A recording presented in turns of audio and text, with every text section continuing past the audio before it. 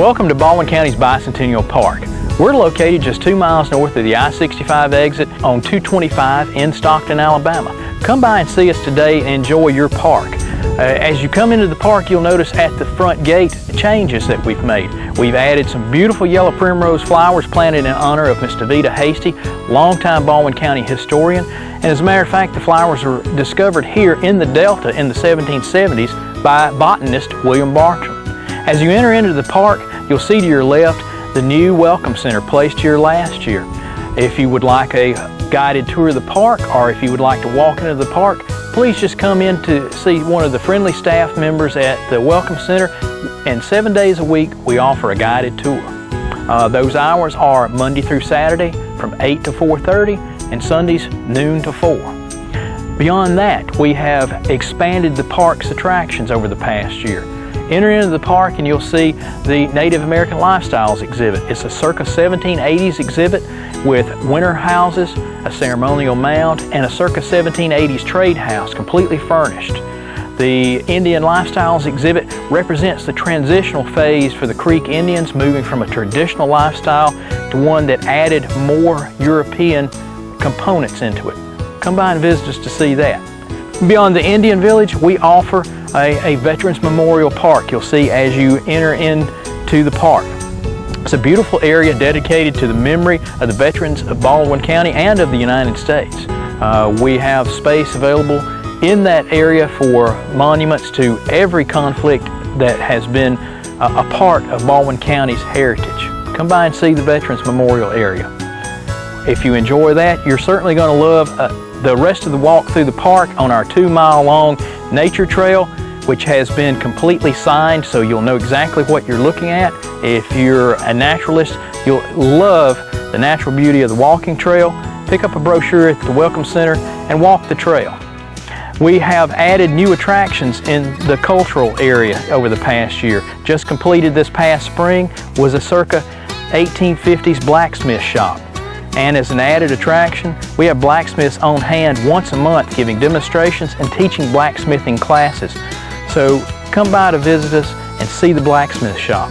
Already in place is a circa 1910 country store, which represents life for many Baldwin County residents over the past 100 years. The old country store, which is completely outfitted. You'll be able to see what you could have purchased in the store at the turn of the 20th century. Further into the park, we're adding new components even now. Slated for opening at the end of October is a 1/4 scale replica of Spanish Fort. We are recreating a replica of the earthworks that would have been on hand in the spring of 1865 in Spanish Fort, just prior to the battles that took place there between the Union and the Confederacy at Spanish Fort in Blakely. Come out and enjoy your park. There are picnic opportunities here. We also offer the opportunity for weddings, wedding receptions, or if you just want to get out and walk the trail in a beautiful setting, come out and do that. The future of the park is also very bright. Over the next few years, we intend to continue adding to our working farm.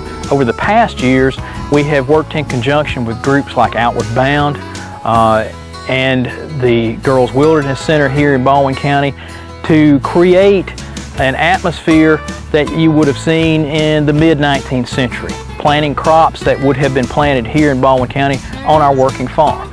We'll continue to do that. We welcome anyone out during planting and harvesting time to take part in that experience. As a matter of fact, in the spring of each year, we have our Spring Farm Festival, which celebrates that. And you can visit us here the last weekend in April to take part in that festival. The most exciting news we have is the movement of the Montpelier Methodist Church from the Blackshear community. Thanks to the wonderful generosity of Mr. Thomas John Earl and family, we're able to have the donation of the Montpelier Methodist Church. It will be an integral part of our 19th century village, and it's thanks to the Thomas John Earl family. It's a beautiful facility, complete with stained glass windows, and we'll be moving that into the park over the next 6 months. So come by Baldwin County's Bicentennial Park today and take a look at what we're doing to preserve your heritage and your culture. Walk the 2-mile walking trail, bring a picnic lunch, spend time with us, take the guided tour, examine what we're doing, and we would love to have your input, your suggestions, and your participation in your park. Located along State Highway 59, among the thick pine trees of the Blackshirt community in North Baldwin County, Alabama, Montpelier Methodist Church was built around 1895 to 1900 to replace the Holly Creek Church, formerly located near this present location. Imbuing a spirit of simplicity, coupled with the classic and enduring elegance of the time period in which it was built, the Montpelier Methodist Church is located next to the Thomas Earl home in this rurally expanse community. Attended and maintained by the Earl and Bradley families of North Baldwin County, this historic sanctuary no longer serves an active congregation, but holds fond memories for its former members, whereby recollection provides that it was here, on the grounds of the Montpelier Methodist Church, that the annual district meetings of local Methodist churches were conducted each fall, where worship-goers met, worshiped, and enjoyed taking dinner together on the grounds. During its days as an active house of worship, the church provided religious instruction for all races by the Methodist minister from Stockton, who would travel by horseback to this location and conduct worship services every other Sunday. Today, this well-preserved sanctuary serves as the Blackshirt community's most historically enduring example of public architecture in a religious context, and remains an impressive reminder of the important and rich history of North Baldwin County's Blackshirt community. I'm John Earl Chasen. I guess I was named for my father, John Chasen, and my grandfather on my mother's side, John William Earl. And my mother grew up here on this ground around this church. Her parents lived in a home that's 100 yards back of the church here. And my grandmother lived until I was a freshman in college. So I had a grandmother, an aunt and an uncle, and during my early years, 4 cousins who lived here. And I spent an awful lot of time up here. I now live 2 miles from here in my retirement because I spent so much time here as a child and I love this area. And so I'm very happy living right down the road here. But my earliest memories of this church are from the time probably that I was about 8 or 9 years old. There was an old bus line that ran up this way. Payne's bus line ran from Baymonette to Monroeville and back every day. And when I was pretty small, my mother would put my clothes in a Greer's grocery sack and stand me out by the street in front of our house. And when Miss Payne would come by, she'd stop. I'd get on and come up here, and I might spend 2 or 3 days. I might stay a week or 10 days. But I loved everybody up here, and very happy part of my childhood was spent here.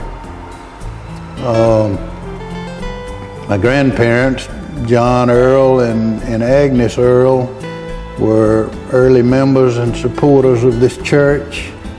I have very fond memories of coming here to quarterly conference. They didn't have services in this church every Sunday, but there would be at least a quarterly conference where the preacher would come up from Stockton. Those are great memories.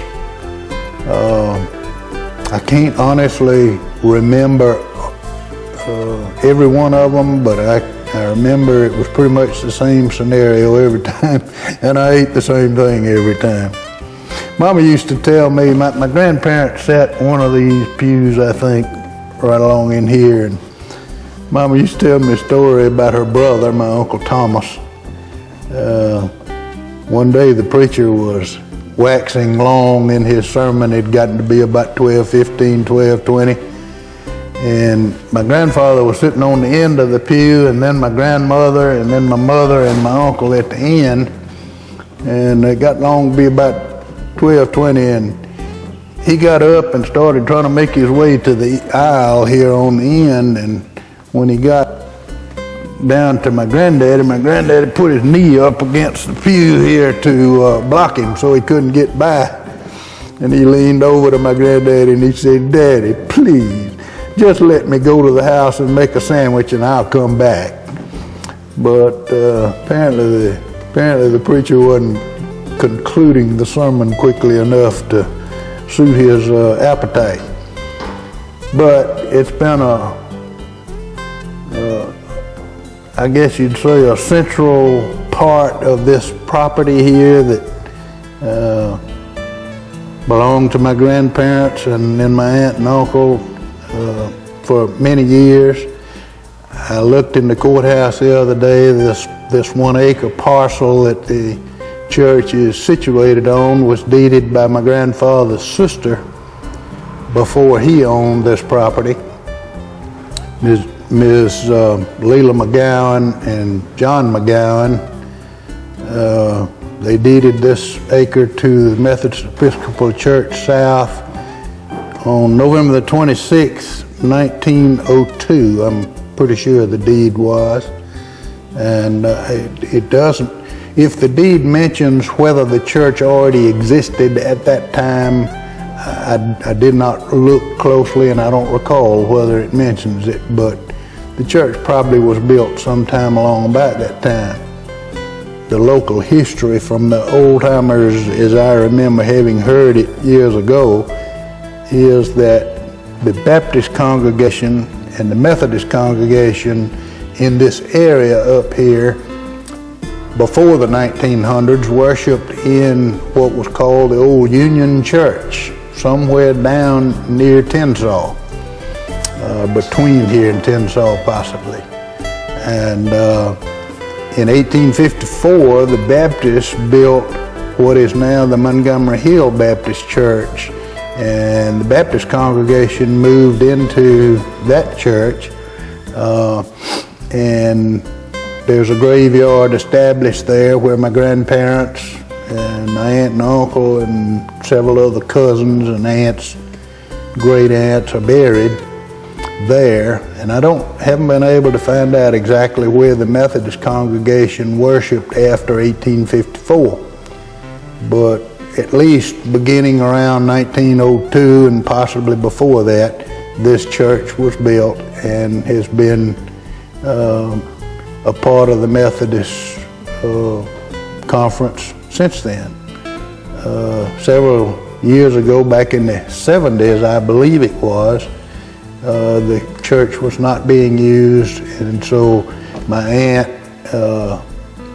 approached the Methodist conference about them purchasing it, and it was deeded, whatever that date, around 1975, I think, by the Methodist conference to my Aunt Martha Earl and another relative across the hill over here, Mrs. Frank Earl, and it now belongs to my cousin Thomas John Earl, and understand he is going to donate this facility or this church to the county, and I'm so happy that it's going to be preserved, and I can't wait until it is down there and I get to see it in its new location.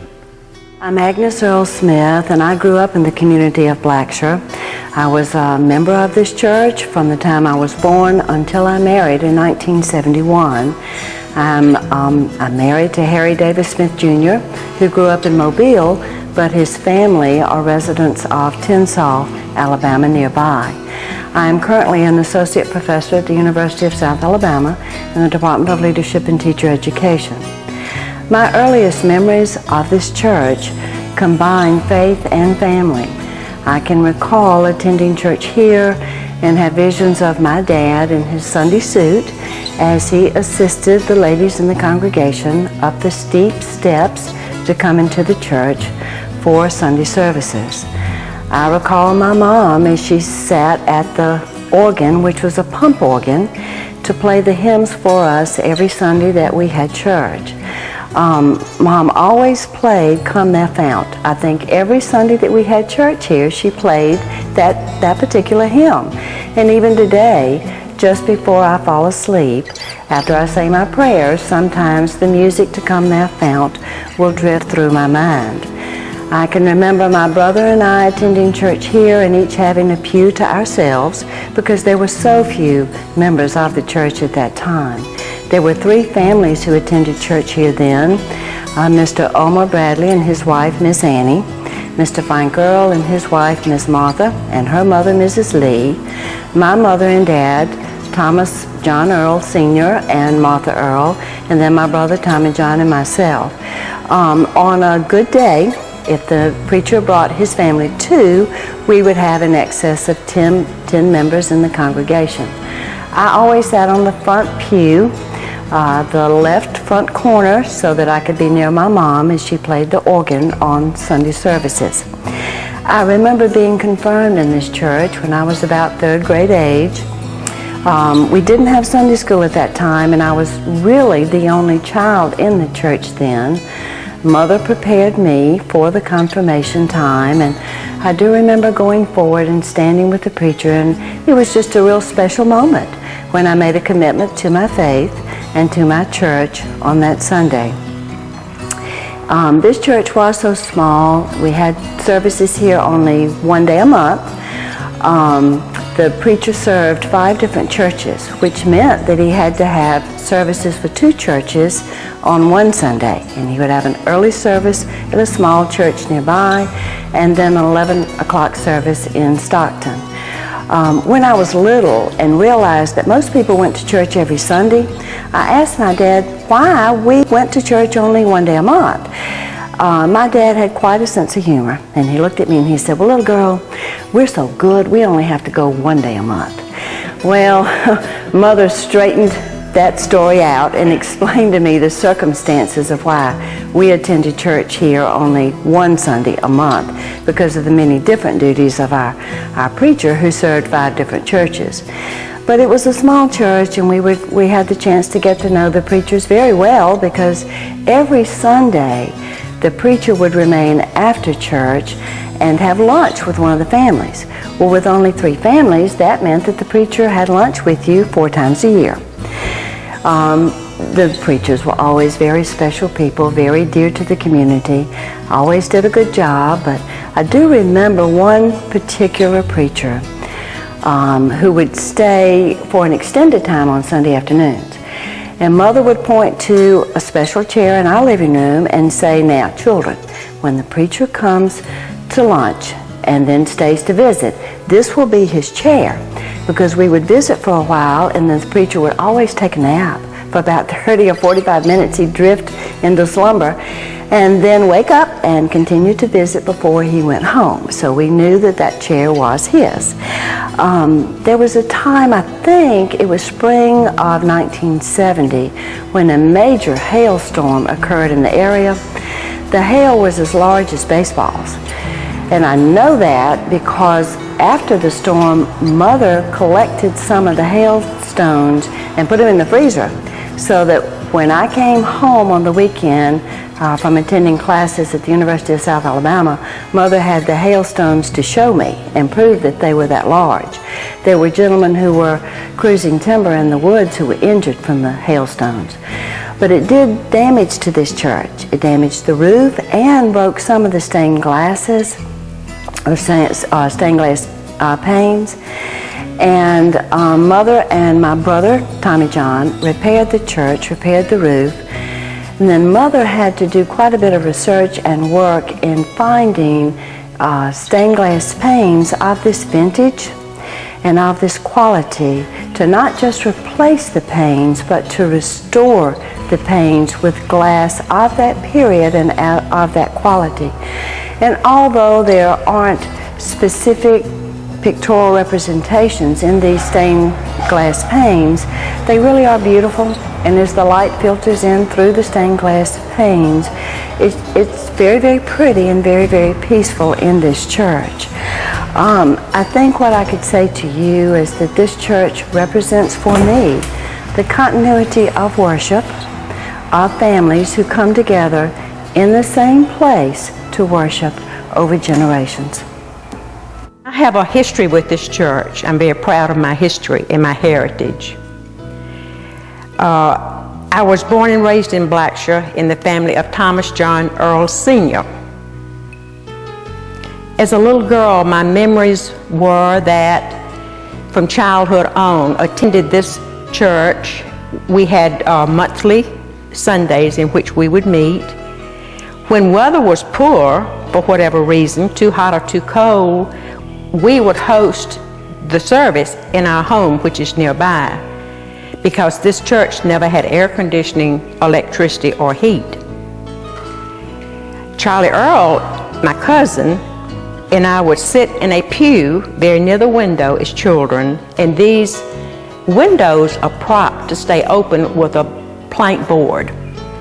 I remember affectionately one Sunday that it was windy, and that window was moving backwards and forwards.